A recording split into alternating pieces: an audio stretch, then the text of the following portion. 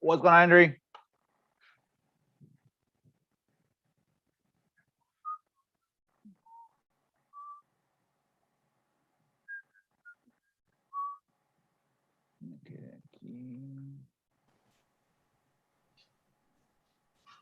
Hey, what's up, Ace? How are you?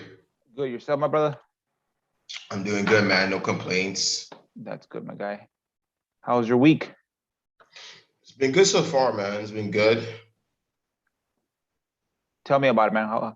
What type of marketing did you do? Did you talk to any people today? Any people this week? I'm not even gonna hold you. I didn't speak to anyone. I reached out to on Monday. I reached out to a couple tax lien companies. I called 5 cash buyers on Tuesday or Wednesday, and yeah, that was pretty much it. And then I text blasted like 20 something. I pulled a lean list and I text blasted like 20 people on REI reply. I'm still trying to figure out REI reply, that learning curve. I'm not making excuses, but I just got to figure it out and get more comfortable with the system. But that's basically about it. Okay. So what type of marketing are you doing? Like, you're doing just the tax, you said tax liens? I'm doing lean lists. I'm trying to like niche down my list. Sorry, I'm trying to niche down my list. I'm trying to go after like leans. I'm trying to go after people with like maybe like a 3-1, 3 bedroom, 1 bathroom max. I'm trying to go after something like that. Yeah, I watched the video, and I'm looking after like maybe looking at tired landlords and stuff like that. That's pretty much the stuff I'm going after right now. Yeah. Okay, that's good, man. So again, yeah, one of the things that I recommend you, again, I don't know if you got in your first deal yet or anything like that. Again, No, nothing. Brand new, brand spanking new. No deals as yet. Just spoke to a couple of cash buyers, leans. I've reached, texted a couple motivated sellers, and that's it. But besides that, yeah, brand new to the business. okay. Remember, I don't know if you heard this metaphor before, like the most energy something needs to take off, like the rockets, is within the first 5-10 minutes. So right now, since you're starting, you got to take, like they say, massive action. If I was you, I'd just start dialing. Again, I wouldn't even bother with texting. The reason why is some people might not answer you by text, and they might actually be interested in selling, but texting for them is like, it's not that urgent for them. But if you call them, again, they can't lie to you in front of your, again, over the phone. It's either going to be a yes or no, or F off, right? But yeah, Right. the first 5 deals, you literally have to literally do everything. Again, texting good, but of course, calling is much better. Don't again, it sounds good. Yeah, I texted 20 people. Not really, because again, you're literally doing the softest way of contact. Again, I'm not getting, literally, you want you want to get in the kitchen and get a pizza, but you're ordering it from the sideline. You know what I mean? You have to literally go out there. You have to get in front of the people. You have to, again, either door knocking or that's what really gonna take for you to make your first deal. Because yeah, you can text, you can RBM and do all this fancy stuff, but again, it's the probabilities of you actually getting your first deal like that are slim. Again, don't take me wrong, people do actually get deals like that, but again, we work with probabilities. What's the probability of you getting an answer yes or no when you actually call them? That's a much higher probability than sending a text and waiting for the reply.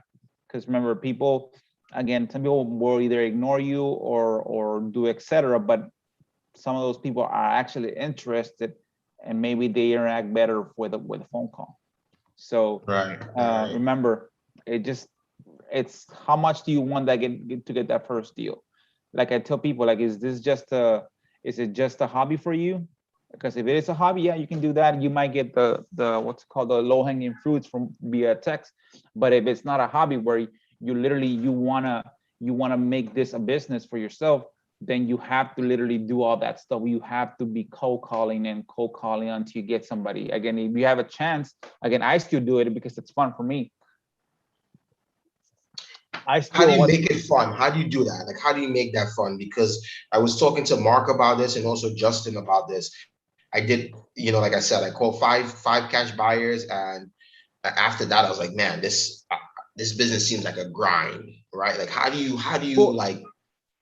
Well, it is a grind, but again, tell me, how do you make your calls right now? Like when you call the buyers, what did you talked about?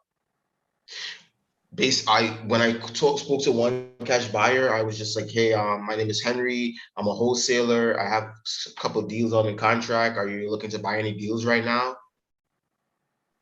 Okay. What was the response? One just hanged up on me. One was the wrong number. The other two was like not right now. And the third and the fifth one was just they didn't pick up, they didn't answer. Okay. Remember, these cash buyers are getting called left and right. All right. They're getting called every single day from new people to get into the business. One of the things that happen is once all these gurus that are now that they hated the gurus and now the gurus themselves, they popularize the market as wholesalers, and now everybody wants to get in there. So these people are massively getting called about, hey, I might get you a property. Are you interested, etc. But remember, you gotta change how you approach them, because if everybody's calling in the same way, they're literally tired about hearing them, right? So the way that you can change that for yourself is, you know what?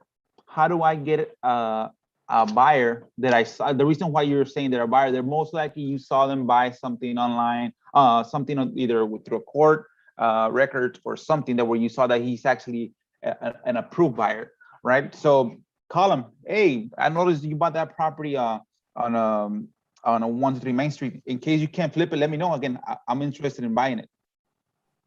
Right. How do you think that buyer is gonna react? A little with more enthusiasm, like they know that I have something instead of just coming to them with nothing. Like they know I have something in my hand. Yeah.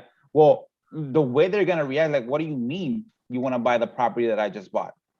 It's like, oh no, it happens again. What's it called? I'm looking to buy another property again. I'm not a big buyer. I just got an insurance from my wife. One of her relatives passed away, and we got maybe 100K to do. And again, I've been getting on into this as far as finding properties. I know some people actually do wholesale properties. So in case you can't flip that one, let me know, I can buy it. And also, by the way, again, whatever I find that I can't buy, if it's $300,000 and I can't buy it, I might just pass it on to you. Again, I don't know, maybe that works for you as well. Okay. So you see, you change the way your approach. Now, instead of being somebody that's actually, trying to wholesale my property, someone that's actually trying to buy the property they just bought. First of all. Second of all, you're telling them, you know what, why are you buying it? Well, I'm not an investor, but I got money because my wife got an insurance check, right? But third way, I actually started to learn how to find properties. But again, I can't I can't buy everyone, because if I buy yours, then I can't buy the next one that I find. But if you want to buy that one, I can wholesale it to you. Okay. So you're not a wholesaler. You're just somebody that's trying to buy a property. You know, this guy bought a property. You're just calling him to see if he wants to sell his property. Why? Because you got an insurance check. And if he doesn't want to sell his property, and if you find another property in the meantime, and then you find a second property and you buy that first one, then the second one, you can't buy it, but you don't want to lose the deal. So in case you're interested, again, you might have bigger pockets than me. You might want to buy that second one as well. You see, that's a totally different conversation. You're saying the same thing, but it's totally different approach. You're no longer just some wholesaler that wants to assign him a property. And if he says yes, you know what? Yes, you know what? Ace, I do want to buy I do want to sell you my property. Okay, perfect. What's the best price you can get for me? And then he says, let's say he says $80,000. Okay, perfect. Do you have any pictures from the inside? Because I haven't been inside. He's like, no, I don't. Well, you want to come see it? Yeah, perfect. Let's meet up. Or let's say you're virtual. Oh, you know what? I'm not in that market again. I'm over here in Texas. I know you're from Washington, but send me some pictures. Let me go ahead and see what my wife says. Okay. And then once he sends you the pictures, you might be able to wholesale that property itself. And if he says, perfect, you know what? You send the pictures. How do you get out of it? Okay, you know what? Your best price is 80. You know what? After everything, I don't want to be thin. I only have 110 to buy a property. I might not. This might be too much of a heavy rehab for me for my first property. But yeah, thank you for offering it to me. But let me do this again. If I can buy this property, I might be able to buy the next one. And if I can buy another one because I don't have money, I might be able to wholesale it to you in case you're interested in buying that second one. You see, so it's totally different. Now, remember, you were able to think on your feet, the guts. Yeah, because you were expecting for him to say, "Oh no, I just bought it. Why would I sell it to you?" But he said, "Yeah, I'll sell it to you." Okay, perfect. Well, how much? What offer can you give me? Now you're thinking in your feet like, "Oh shit, this guy told me yes." Okay, what offer can you give me? And then you wait. Okay, 100K. Okay, perfect. You know what? Well, I haven't seen it. Can you send me some pictures? And he said, well, come over. Well, actually, you know what? I'm not in that area. I'm over here from Washington. You're from Texas, etc. Send me some pictures. Let me see if it works. He sends you some pictures, and then how you get out of it. You know what? Based on what I'm seeing, again, I'm gonna run out of money with this deal. I want to have a cushion in case incidentals. You know, with the inspections, there's always issues gonna happen. So this might be too much of a heavy rehab for me. But again, thank you for offering it to me. But yeah, I'll keep on marketing for my properties. If I find a deal that I buy, I'll buy it. And then whatever I find after that, I might send it to you, since you were so nice to me as far as to offer me that one that you had. Okay. You see, it's totally different conversation. It's a totally different conversation. I'm not a wholesaler. I'm just somebody that wants to buy a house. And if I can't buy yours, I'll buy another one. But if I'm marketing for properties, I'm not gonna just get one. I'll probably get like 10 and buy one. So that second one that I don't buy, I'll offer it to you. How does that sound? Well, how does that work? Yeah, but you know, there's a concept that I found on YouTube that I can assign you the contract. Again, I would like to do it myself, but if I only can buy one, I don't want to waste that lead. Again, I'm paying for the marketing. I'm calling you. I'm taking realtors to lunch to give me properties. So I'm spending. So I want to make sure that it doesn't die. You know what I mean? So that's a different approach conversation. That's a different approach conversation than the one that you say, oh yeah, I'm a wholesaler. Do you want to buy some properties? Click. Hey, you bought a property on Main Street. I want to buy it. Are you interested in selling it? Totally different conversation, totally different approach. And if they say, yeah, okay, perfect. How much are you looking to sell it to me for? And then just go and rewind this conversation on YouTube that we have, and then just remember how to answer them. So again, that's what I would do. But again, that's when you're calling people that already have a property, calling investors. Again, remember one of the first things, like if you find a deal, the buyers will line up. So the same way that I'm doing, and you need to call the sellers, people that are in the market, as far as either, I don't know if you're doing the Zillow people or you're doing this cold call approaches. What are you doing? Either you're doing Zillow properties, Right now, Ace, I'm pulling prop stream. I did set up my 1 second, I'm sorry. I set up my something on Zillow, so I get all like the emails and stuff like that, like for the Fizbos. I got it for Zillow, I got it for Redfin. So I get all the emails and stuff for the Fizbos straight to my email. But strictly Okay. I'm pulling a list through prop stream, but I'm just kind of mentally struggling and trying to figure out like their pain points and like, because I heard several times not really a list is a pain point. You want to make sure you find people with pain and you can be able to solve their pain. Yeah. Well, again, if you just reverse engineer that, like, how are you gonna find people with pain if you're not calling people? Mm, You know what I mean? So right, right. if you're not calling them, then you're not gonna find the pain. Again, the Mm, conversation is simple. Again, someone answers the phone. Hey, I always, again, you can look back at my old YouTubes with Justin. The way that I call is totally different than what like probably 99% of people call. I call them, hey, my boss sent you a cash offer. Did you get it? Pattern, mm, the same way of saying, hey, you bought a house. Would you mind selling it to me? Talking to the buyers. You're patterning it right. up. You're catching them off guard, and they're listening to you. He's like, what are you talking about? What letter? Yeah, there's a letter. Do you have a house on Main Street? He's like, yeah. My boss, again, I think he dropped us some letters in that area. He said to call. He said to call you. I don't know. It sounds like I might have the wrong number. Do I have the wrong number, ma'am? He's like, Mm, what?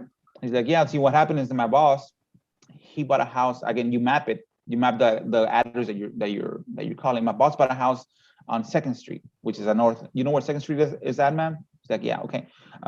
He bought a house in that area, and usually what he does, again, I think he either got flagged down from one of his truck says I buy houses on it, and it's a big old red truck. I can see I'm making conversation. I'm literally telling the story of a true story. I'm not saying it's a true story. I'm telling you, yeah, he drives a red truck. I think it's a Ford. I think he has like a, what's it called? The big wheels and everything. So he bought a house in that area. Somebody flagged him down from Main Street, and now he can't find that person. So he hired me. Again, I have 2 weeks on the business, and he hired me to do a follow up. And I'm supposed to be calling you. I'm assuming that you knew about it, but I guess I might have the wrong number. So right, right. in that minute conversation, she heard everything. Your boss bought a house nearby, so and you showed them that it was a house nearby. So that's it shows she already knows the area. So yeah, you know where my house is at. Yeah, he bought a house nearby. He sent an offer to buy another one, didn't reply to them. So he's hiring me to call. So if that lady's interested in selling, she might say, you know what? Well, it wasn't me. If they say, well, yeah, but how'd you get my number? I put it on them. Well, is that the only house on Main Street? He's like, no. Yeah, it's probably just proximity matching the number. I apologize. I probably wrote it wrong when he told me to. But don't tell my boss because then I might get fired because this is my second week on the job. You see how I reacted Mm, to saying, well, why'd you get my number? And then you put it on back on them. Well, is that the only house on Main Street? yeah. Most likely it's not going to be the only house on Main Street. There's going to be multiple properties on Main Street.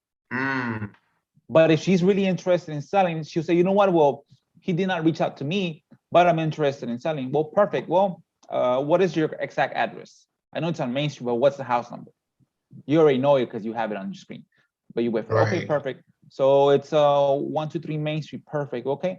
Let me pull it up real quick. You pull it up on Zillow, whatever. Again, I don't ask how many bedrooms it is. I just confirm with them. Okay, I see it's a three bedrooms, 2 bath, around 1,400 square feet. Perfect. Okay. I see here, Zillow tells you that. Well, I see here that it was built in 07. Okay, perfect. Okay. Any major issues? Have you had any issues with the plumbing, the electrical, the AC, or the roof? You say no. Okay, perfect. How long have you owned that property for? 10 years. Okay, perfect. Well, why would you consider selling it? Is there any issue with the area? You see, the question that I say is like, the answer that I want for the question is why they're selling. But when I tell them, well, why are you selling? Is there any issue with the area? The 99% of the reactions are like, no, the area is okay, but they're always gonna, but if you ask them just, well, why are you selling? They're gonna tell you, well, you called me. But when you tell them, why are you selling? Is there an issue with the area? They're they're what's called triggered to answer them. No, the area is great, but the house might be too little for me right now, too small for me Right. right now. But you see, if you use that second statement, is there an issue with the area? They're gonna most likely know.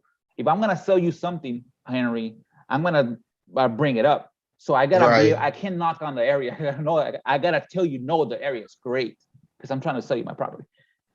But the reason why I'm selling is because you know what, my family, again, I don't have no more kids. I'm an empty nester, and now the house is just too big for me. Oh, you know what? I understand. Again, you bring rapport. Yeah, my sister and I, we also live in my mom's house. I think my mom's house is like 7 rooms now, and it's only me and her dad. And I know how it feels. Again, especially with the electricity bill. So you see, you're bringing pain points out. You're bringing rapport to assimilate. Yeah, me and my sister lived in mom's house when we were 18, and now she has a 7-room house, too big of a house.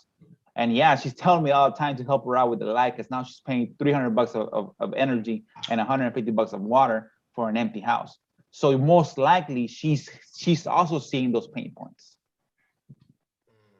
Okay, perfect. Well, what would be a good price for you? What were you looking for us to get cash for it? And you wait for her response. Now remember, most people do know, but they're not gonna tell you. So they do know the price they want for their house, but they won't tell you. So what I told Enrique, my co-caller, is that you need to get it out of them. So again, you should know, again, one of the things, you should know your areas already. Again, this area sells for this much, this area sells for this much, this area cash buyers buy it for this much. That's something that you have to know. That's like product knowledge. Like I used to be when I was a lender, I used to sell insurance with the lending. So you need to, again, know your products. So you need to know the area. So let's say they say, no, well, just give me an offer. Again, I really don't know how much I would like to my property. Oh, perfect. It's perfectly understandable. Well, I do see here that last year, again, most properties, what is your area, man? Let me pull up an address real quick. Henry? Yeah, Bergenfield. Give me an address of somewhere there in your area. Let me pull it up here. Oh, perfect. Hold on, give me 1 second. I actually pulled a list. Really, it's Paterson, New Jersey. Anything in Paterson, New Jersey, because that's where like I'm focusing right now.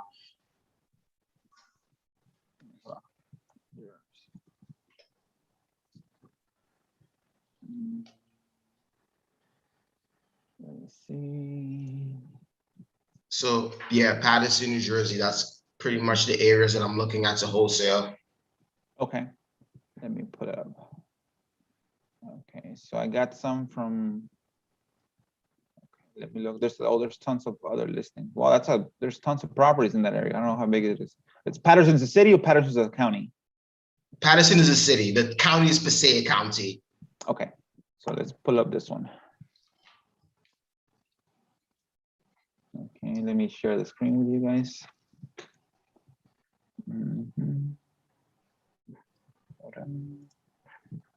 So like I told Enrique, you're again, not to be mean, but you're no good to me if you can't get the price from the seller. Okay, it doesn't work for me. It doesn't help me because now I'm still gonna climb the mountain going up. You guys see the screen? Yeah, I can see it. So again, this guy, this is Patterson, New Jersey, right? Is this nearby? Mount Holly, New Jersey? I believe so. I'm not Because I too put familiar Patterson, New with Jersey, Mount. and watch. And this popped up. Okay. Is this Patterson, Yep. New Jersey? Or do I have the wrong area? That's Jersey. That's Jersey in itself, but we're looking at Paterson. Yeah, that's Jersey. That's an outline of Jersey. How do you spell Patterson? Paterson. Paterson. Yeah, the first one. You got it. You got it. Perfect. So let's pull it up.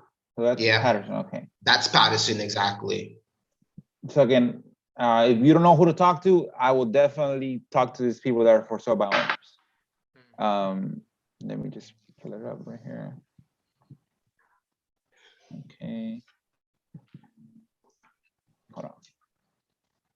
So you see here, there's multiple property. Let's look at the one that are the oldest one, 277 days. Let's pull it that one. So again, this guy knows what he's selling. Or is this an auction? Auction. Well, there's no auction there. Well, the point is this. Okay, so let me put it up right here. Okay, so this property, you calling this guy? Yeah, Mr. X.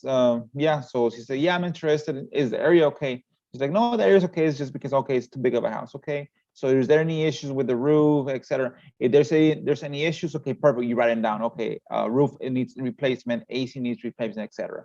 You're always gonna ask more or less, what would you think it'll take to get him back to great condition? And he said, well, I don't know. It said more than 5K, ma'am. You put numbers out there. So those are your reduction numbers over their asking price. So I said 5K, 10K. Okay, no worries. You know what? If they tell you, you know what, Ace, I don't know. I'm not a builder. I don't know about that stuff. Okay, perfect. No worries. But is it more than 10K? He's like, nah. Okay, so you know it's between $1,000 to $10,000. And they say, okay, well, how much are you asking for it, ma'am? He's like, you know what? I don't really know. Again, I just literally want an offer. So in my area, I know for a fact if a sales estimate, like this one doesn't have a estimate. Let's say this estimate was 289 per se, and the tax value was this one 170 tax value less in 2020.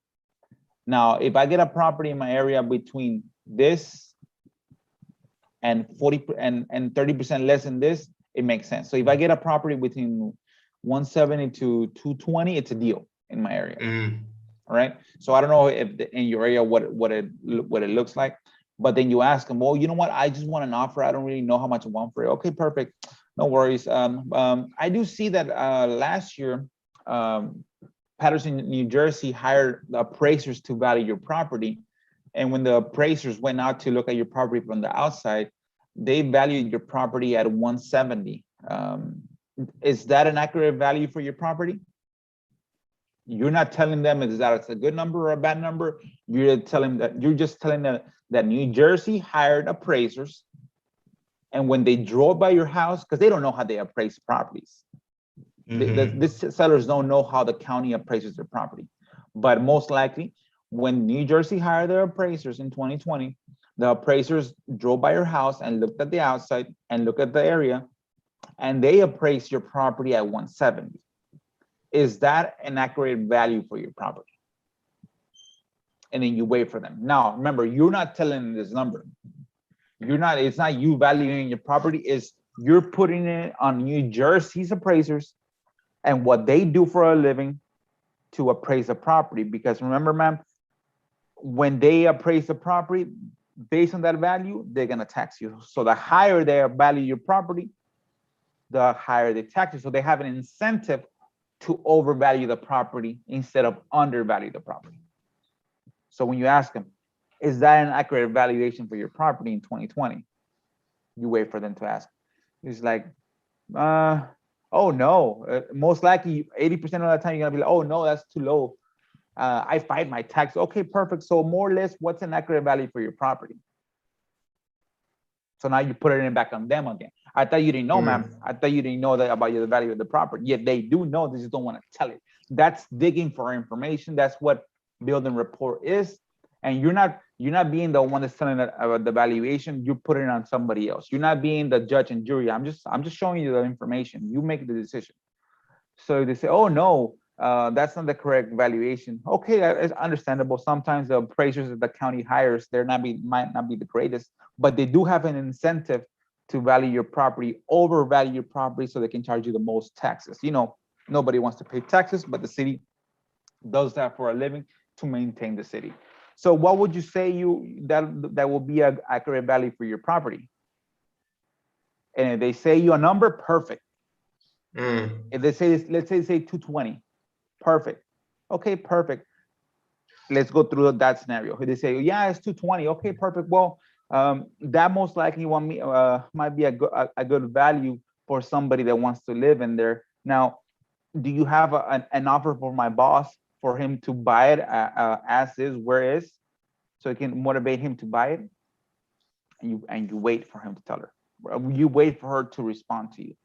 You want to put it on her. If she already gave you her valuation 220 and you know its estimate is 289, you already have a deal. You know what I mean? So let's say, Ace, I'm sorry, Ace. maybe I missed it or just like went over my head. I'm seeing this estimate, 289, right? Okay. And you tell them, I call them and I'm having a conversation and building rapport. I'm saying, well, do you think I saw that last year your property was like someone appraised the property at 170. Do you how like if I get them to like 60,000 less, that's doable? Like, it depends on your area.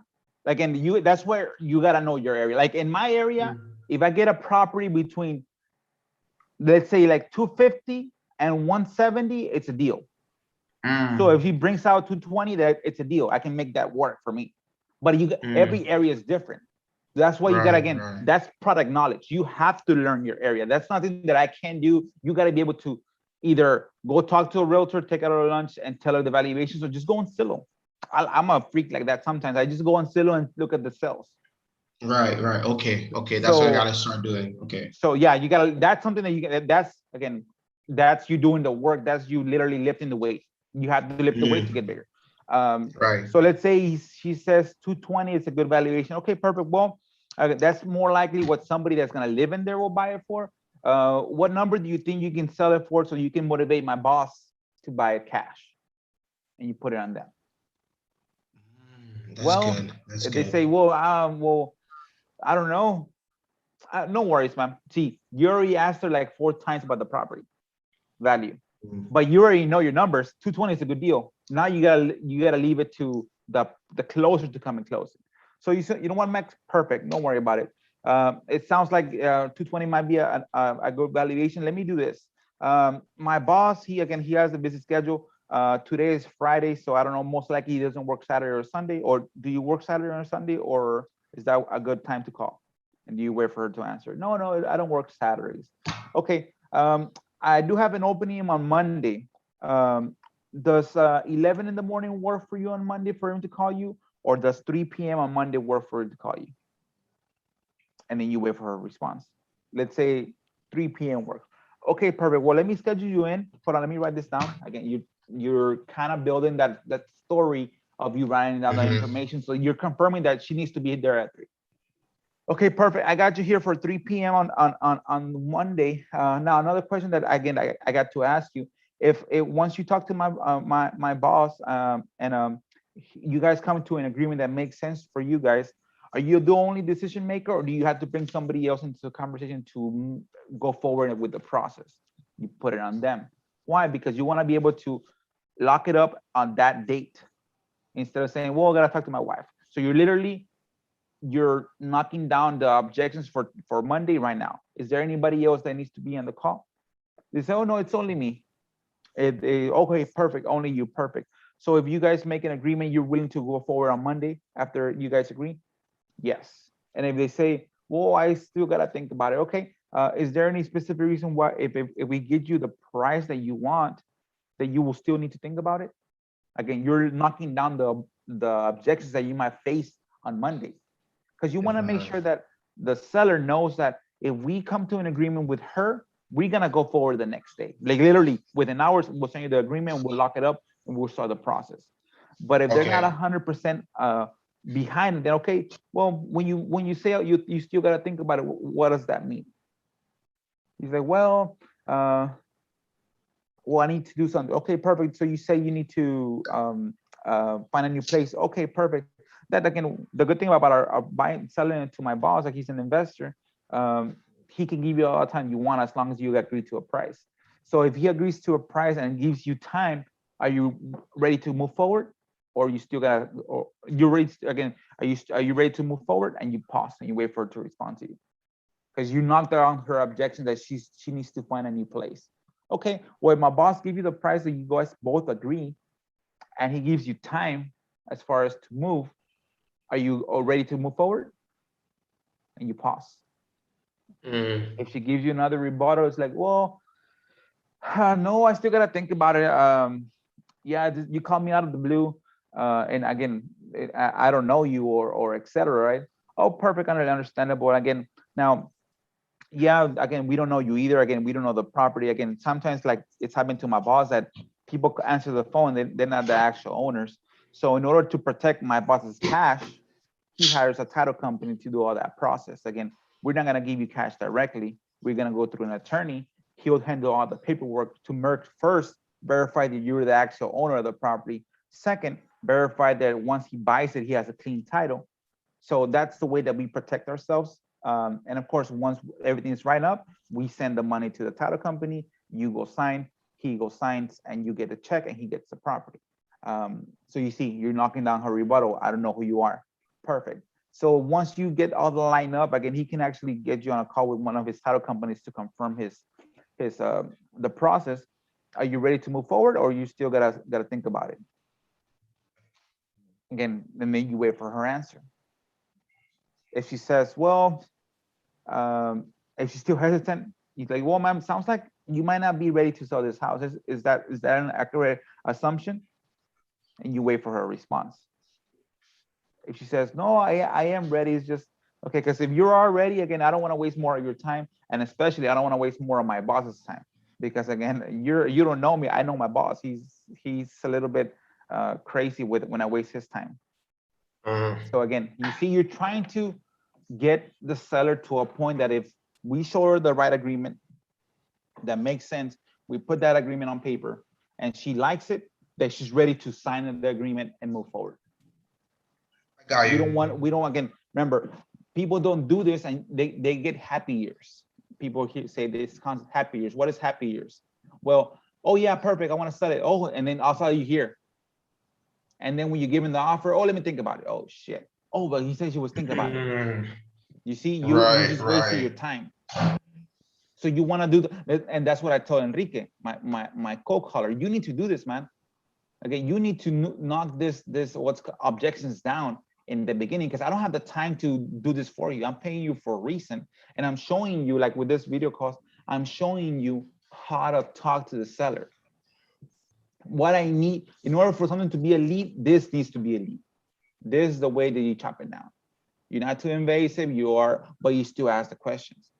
And if they say, well, why are you asking me all these questions? Like, man, I apologize, my boss makes me ask you this question. You put it on your boss. You see, that's why it's fun, because you're just doing your job as your boss. So that's if they tell you the right price. They say 220 and it makes sense, right? So let's say she tells them, going back, let's start from the beginning, from, oh, the New Jersey appraisers appraised it at 170. Is that an accurate valuation for your property? And she says, oh, no, that's not correct, accurate valuation. Oh, no, it happens. Sometimes they're good, sometimes they're bad. They do have an incentive to value your property high because they charge you more taxes. But what will be an accurate valuation for your property, Miss X? If they say, well, I don't know. Okay, perfect, no worries. Understandable. So this is where you have to know your numbers. Like for this property, I gotta be under 250 and between 170. So I tell them, okay, perfect. You might not know, but let me ask you this. You don't want $20,000 over that 170, do you? You're throwing a number out there. Right. Why? Because you want to make sure that you're within that range. So, okay. but you don't want $20,000 over the 170, do you? And then you wait for a response. And she says, well, I don't really know. Again, you're just calling me out of the blue and you're telling me this. Well, yeah, we just want to make sure that again, if we do call you back, that we don't waste your time, because again, we got to make sure that your time is valuable as far as our bosses too. She's like, well, I don't know. I haven't given me an offer. Okay. Just want to make sure it's not over 210, is it? Again. And then if she tells you, well, I don't know, but you when you record your calls, you can hear her tonality. As far as if she says, oh, F no, then that means she wants way more than a 220. If she says, well, I don't know, that might be okay, around 220 makes sense. But both ways you were able to get a number that works for you. Let's say they want, oh no, I didn't know back then, but now I want 290. Okay, perfect. What? Again, 290 might be an accurate valuation for somebody that's got to live there. You are going to lose like 30K in closing because again, 6%, et cetera, et cetera. If you go through an agent, and even if you don't hire an agent, the buyer is going to have an agent, and so you still got to pay all the closing and the commission. So is that the number that you want, the 289? And then you wait for the response. And if she says yes, okay, perfect. Well, it might not work for my boss again, because he can't pay retail if you want 289. Like even if he buys it, he has to sell it for the 289 and he'll lose 30K. So he needs to buy it around 220 if it's in perfect condition. But it sounds like it doesn't work for you, does it? Another way of doing the closing with not closing until it doesn't work for you, but it probably doesn't, right? He's like, no, it doesn't work out. Oh, no worries, man. My boss can't buy every property that we look at, but I appreciate the time. Have a great day. So guess what you do? You created this conversation with the seller, the story that she was gonna sell it and she's not because her price is too high. You told her if she sold it for 289, she might get that price, but then once you get closing costs, et cetera, she might need 250 plus the 3 or 4 months of closing time frame, etc. And of course the repairs that she needs to do. But it didn't work out anyways. You just put her for a follow-up. You put her in your Podio, you put her in your CRM, wherever you got to put it, and then you follow up with her in 2 months or in a month. Okay. But now it's no longer a cold call. It's like, hey, Miss X, it's Ace. I called you back a couple of months ago. How's your day going? How's your day with the rain? I don't know. New Jersey it looks like it rains a lot. He's like, no, I'm doing good, perfect. Well, I'm just touching base. I know we had spoke about that property again. My boss told me to call you again. Are you interested in considering his cash offer, or are you still at the other price you mentioned? And then you wait for her to say, no, yeah, I'm still at 289. Okay, no worries, man. Well, great talking to you. If anything changes, let us know. And then guess what? You follow up in a month until her, what's it called? Her situation changes, that she says yes. So again, that's the way that you need to start doing it. For instead of texting people, you need to learn how to do this conversation with actual people on the phone. Why? Because this is what's going to help you get that first deal. Again, doing that, what's it called? Texting, it works, but again, it's like you want to get in a fight, but you're just tweeting, again, texting somebody. You really don't want to fight that person. You want to just keep it at bay. But if you want a deal, you have to go out there and throw punches. Right. Go out there and call people. And that's basically, again, that's basically how you get deals done, man. It's just a matter of you need to do that stuff. You need to do more. Again, I don't know, there's a concept. I think it's in the book called the 5-second rule, where she says that when the most energy is consumed within the first 5 minutes of rocket launch, then the rest of the 90% of the ride. It's just the left-off is that when it needs the most energy. So that's where you need the most energy. You need to have the most energy to be able to get the plane out of get the rocket out of the ground. You texting people, you doing this nonchalant, it's not gonna get people. It's not gonna get you closer. Yeah, you might get a low-hanging fruit, and you might get lucky. But again, that's gonna teach you a wrong lesson. It's gonna teach you that, yeah, I can keep on doing the same thing and getting the deal because you got the first one. But I'm telling you, most of the times it won't work. You need to really go out there and get deals done yourself. You need to be able to be in front of people, be proactive instead of just reactive. Right. Justin, yesterday Justin said the same thing too. So Justin said the same thing. You're saying the same thing. So yeah, I need to stop it and just start calling. Yeah, hold on. Let me answer this. Hold on. No, go for it. Go for it.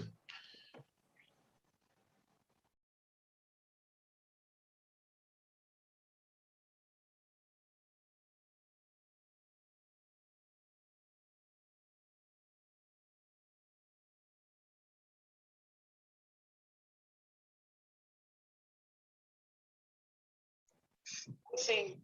Ok, vamos a hacer esto. ¿Cuándo se construyó la casa esa? Pues está construida como yo pude construir. Poco a poquito, ¿verdad? Sí. Ok, pues de sí. De una sola agua. Ok, y más o menos cuánto anda pidiendo por ella? Ya lo menos son 3,000. 3,000. ¿En qué ciudad está? En Misión. En Misión. ¿Cuál es la dirección? 3605 Concepción, Misión, Texas. Ok. Y no tiene aire central, ¿verdad? Nomás la pura casa sola. No, sí. Okay. Es una recámara, sala, cocina y baño con lavandería.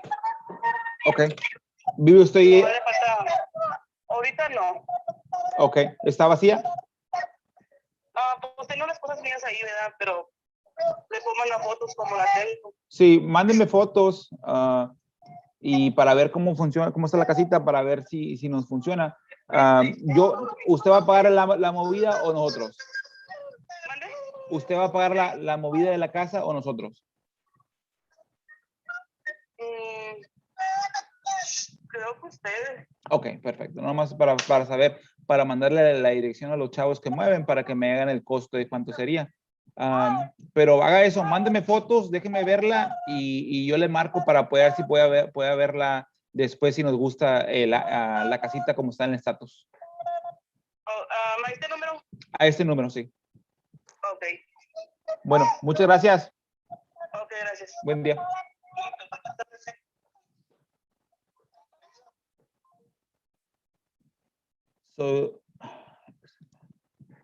So that one, she's selling me her house by itself. What's it called? The wood house. In my area, a wood house, she says it's a three, I think it was a 3 bedrooms, 2 bath, washer and dry area and living room. I can probably sell that for around $6,000 in my area. Okay, so she wants 3 for it. The worst case scenario. Again, I haven't seen it, but the way that I kind of knock her down on the price already without even seeing it is like, well, am I gonna have to pay for are you paying? I put on her, are you paying for the moving or am I paying for the moving? That's a negotiation tactic because if they know that I'm paying for it, if I get a quote, most likely it's gonna cost me around $4,000 to move it. That means I can't really pay that much. If she would have said, well, I want $10,000 for that house. Well, ma'am, you know what, ma'am, I might not be your buyer. It might be better for somebody in your area to buy it for you and they don't have to pay that much on moving it and they're actually gonna live in there. Because again, a property, wood house in my lot, brand new, I can probably build it for around $7 a square foot. So that size of a house, I can probably brand new, I can build it for 7,000. So that's why I'm not your buyer. But you see, she gave me a good price. I kind of threw her, well, who's paying for the moving? I am, so I'm gonna get a reduction there, and she's gonna send me pictures. It's only the property itself, the house itself. So again, it's a really good deal. I might make 3K on this deal. So you see, that's the way that you gotta know. Product knowledge. You gotta know your area. You gotta know what a wood house sells for. You gotta know again, I don't know the condition, but she's gonna send pictures. It's not being lived in. It's vacant, so that's another price negotiation as well. This is caused from a bandit sign. Can you guys hear me? Yeah, I'm listening. I can hear you. So you see, that's the way you talk to people. That's the way that that you negotiate without negotiating with the seller. Product knowledge. I know how much a property sells for. That's a wood house. So I already know that 3, it's already a deal, but I still threw in who's paying for the moving for a price reduction down the road. She's gonna send me pictures. I got the address, and then I just wait for her to send me the pictures. But again, it's just a matter of picking up the call for you, Henry. You gotta pick up the call. You gotta be able to call. You gotta get in front of these people. Because I bet you if I wouldn't answer this call, I would have texted her. She's like, I would have probably not gotten the same reaction as far as her answering me that question. And well, who's paying for the moving? You see her, she's like, oh fuck, what do you mean who's paying for the moving? You know what I mean? You heard her on her voice. She's like, creo que ustedes, I think you guys. So she's like, that's her price goes just by that question. Because she's like, you can hear in her voice. She's like, I think you guys. Okay, perfect. Let me go ahead and send it to the guys that are gonna move it for me, and they'll give me a quote. So again, it's just tactics like that you use, because again, we are gonna move it, so somebody has to pay for the moving. So in order for me to be able to get a good value, I still gotta pay for the moving, no matter the house. I gotta get a good value in the property in the beginning. But I already know this house is I can probably make 3,000 on this house. I gotta get it for like around 2,000 to make sense. All right. But yeah, that's the way. Again, if you want, just go back on this call, Henry, and just I can reiterate more. I put things on repeat. Things that I want to learn, I put them on repeat and on repeat. This one, you can go on YouTube and put download YouTube audio, and you can literally download the audio of this conversation and just play it in the background. You don't have to save it to your phone and play it in the background. You don't have to get the video, because you can just hear the background, the what's called the audio on it.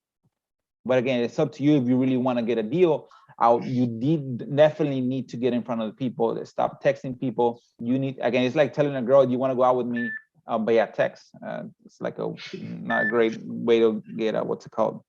It's not a great way to get a lady to tell you yes or no. Just call her, and then you'll see her in her face. She tells you yes or no. This lady sending me, I'm just.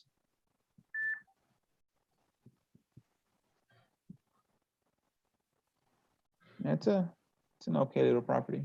You see it. Yeah, that goes for 6K.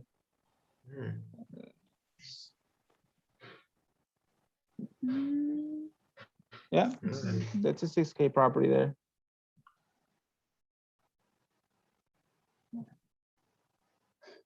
But yeah, again, it's just a matter of answering the call, being able to, and that's, again, I don't know if you're in the VIP with Justin. You got to learn how to get the calls and be able to bat all the questions and be able to think on your feet and be able to weave and bob and weave when you're getting those questions asked, like especially like from the buyer or from the seller when they ask you the questions. Put it back on the seller. Again, make sure that it's a commitment when you get a second follow-up call, and it's a commitment. Now remember, well, I always say my boss sent me to call you. Let's say they agree at 3 p.m. the next day. Well, who's gonna call him? My boss. It's only me. Hey, my boss told me to call you again. Simple as that. He's tied up right now on other properties, but we're willing to commit to make an agreement if it makes sense for you. And then you chop it down. Perfect. Great. It works. Okay. Well, let me go ahead and put it on paper exactly what we just said. At that price at 239, that makes sense for you, it makes sense for us. Now, you might have some questions once you read the contract. If there's anything that doesn't make sense, let's set up a call for 4 p.m. tonight, which is 3 hours on the road. If you have any questions, I do tell people just to write the questions down so that I can answer them, and because again, so you won't forget them. But again, let me go ahead and email it to you, and we'll go from there. Simple as that. When the price makes sense, here we go. I'm gonna send you the contract. This is your email. I know you're gonna have some questions. Write them down. Let's do a call at 4 p.m. and then you go from there. Again, simple as that. Again, if you're person to person, like if you have if that area is local to you, you can drive to the property and you do the same thing in front of the seller. Hey, my boss sent me over here. Especially when you do what's called the driving for dollars. I tell them, driving for dollars is good, but knocking on the doors and talking to the neighbors, that's much better than just getting the address and skip tracing them. Put a note, hey, I have an issue with your house. Look at the previous couple of last calls that I had. Hey, I have an issue with your house, call me. Anybody, if I get a notice on my phone, if I get a notice on my house that says I have an issue with your house, call me. I'm definitely calling them because I want to tell them, what the fuck are you talking about? And look at that again. I don't want to, that's a long conversation, but look at the previous videos on Fridays for me. I'll tell you how to answer that question and how to maneuver that straight ball, catch it, and use it as a layup for somebody else to dunk it. But again, it's just a matter of knocking on the door for driving for dollars. My boss sent me over here. He might be interested in getting and buying this property if you're interested in selling. Well, who the fuck told your boss that it was selling? Well, again, I don't know what my boss does. I just get paid $10 the hour minus taxes. I probably make $6. So again, I gotta do what I gotta do. So you see, you're humanizing yourself. This is how I make my money. And I don't care if you can cuss me. I'm just being sent over here by my boss. That's the way you make cold calls fun. Because you're not the asshole. Your boss is the asshole. Right. He's like, no, you're not the first person that tells me to go fuck off. I probably have 16 fuck off. I usually have a list, man, of people that tell me to fuck off, and you're number 16 for today. So I still got 24 to catch up to my best day where I had 42. You're like, what? Like, yeah, I usually get a lot of fuck offs during the day. But it happens. I'm used to it. Again, I'm just doing my job. I'm just doing my job, and again, I gotta do what I gotta do. I gotta feed my kids. You see, you're humanizing yourself.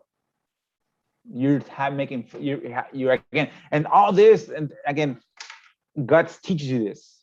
It teaches you to how to be able to ride with the punches, bob and weave with the punches, and be able to make. Again, I bet you they're gonna laugh. Oh, you had a day you had 42 fucks. Like, yeah.